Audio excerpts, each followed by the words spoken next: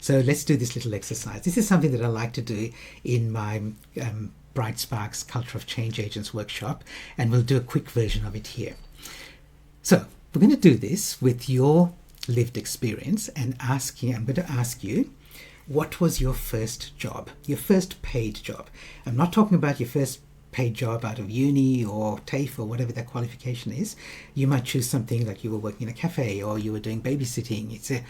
You might do some other things, right? So I'm going to, let me just open up this so people can share their first jobs.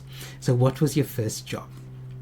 And if you do it in 2 or 3 words, it'll appear on this here. So McDonald's, librarian, trolley boy, hospitality, research assistant. Oh, there's more than one who's working Macca's.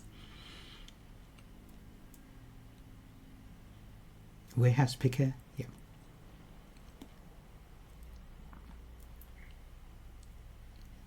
Good, love it. Tutoring. I saw tutoring there. Good. Okay, so next step. Thank you for doing that. So the next step is the one I think is the really interesting one that draws out your lived experience. And I won't ask you to share in the chat just yet, but let me share with you what the question I'm going to ask you. So the question is, what did you learn from that? So my very first job, even before I went to uni, was as a maths tutor, because I was really good at maths at school. So friends and family and other kids' parents would say, can you come and tutor my son or daughter, because you're really good at maths, and they're not, and they need some help. So the real question that I'm asking you, and don't share in the chat just yet, but the question I'm asking you is to write down 2 or 3 things that you learned from that first job. And I'm going to start by sharing some of mine. So I'm going to share 4 of them very quickly, and then I'll ask you to please start writing down even as I'm sharing. So one of the things I learned as a maths tutor, as a teenager, was that not everybody thinks the same way. So I was really good at maths, so things would come to me kind of quickly. My brain was wired for it because I was always doing it, even as when I was much younger. So, but then I realized not everybody has that same way of thinking. Okay, yeah, I was not young and naive. Some people are way behind. So I might be teaching year 9 algebra to somebody who wasn't very good at grade 5 fractions. And it's not their fault, it's like the system kind of leaves you behind. Like you get a C in grade 5 for maths, or a D, and then you just kind of move on.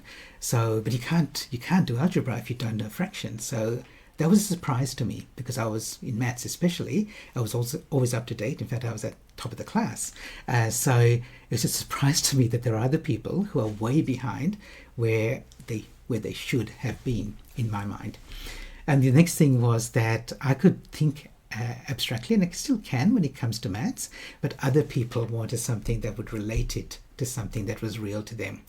So many years ago, a few years ago, when I was tutoring my nephew Riley, and when he was in year 12 or year 10, and we were doing trigonometry, and he loves cricket, so I'd go, oh, Riley, like cos being positive is like playing on the offside, and sine being positive is playing in front of the wicket rather than behind the wicket. And that's the way that he would relate to it and remember it. So I realized that people had different ways, and one of them was if they could relate a maths thing to something that was real, it would make sense to them. And the last one I'm going to share with you is that I realized different people have different goals. So when I was doing maths, I wanted to learn the maths. I wanted to be really good at it and understand it, and kind of it had that beauty in my mind. But other people had different goals. I had students I was tutoring, and they go, I just need to pass this test and I'll never have to worry about this ever again. Right? And I'm going, how can you think that way? This is maths. Right? So anyway, I think you get my point, right? So in the chat, will you share 1 or 2 things? You don't have to say what your job was, but if you're working at Macca's, but just share what you learnt from that job. And in the similar way to I did, just a little phrase there, a phrase or 2. Customers are not always right. Measure twice and cut once. Work can be uncomfortable.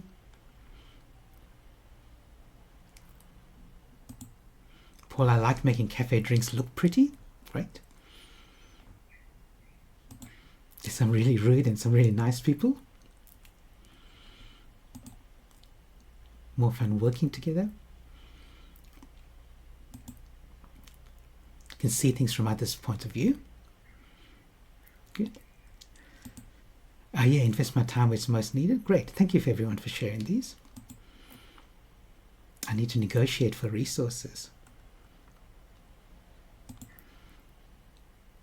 And not all bosses are good bosses. Cool, cool. So this is sort of things that come up when I run this workshop as well. So kind of it's been a bit fun now. Until now, I've talked about your first job, talked about things that you learned from your first job.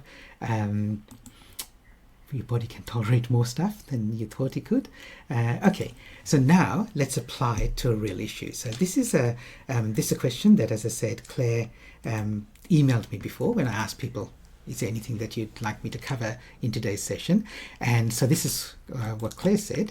And she said, as environmental experts, how do we deliver much needed specialist training to colleagues to then grow industry capability and for a kinder and more sustainable economy?